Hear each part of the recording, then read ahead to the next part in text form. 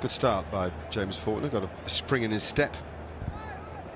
I just like the development, how quickly we've seen him improve from last season to this season, and then it's almost from game to game as well with Mitchell Starc. It's almost like now he's just so comfortable. Well, that's the other thing about the Wacker. It's a beautiful place to catch in the court, and have a look how easily Michael Clark takes this. He's got forever.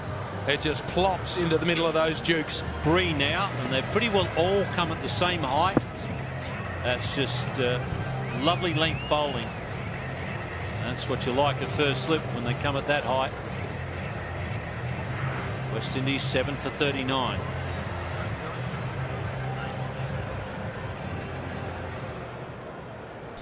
Jason Holder is the new man.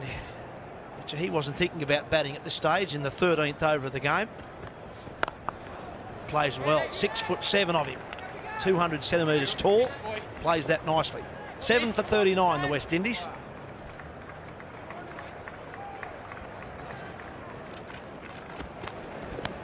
Another edge. This time it's Wade's got a catch.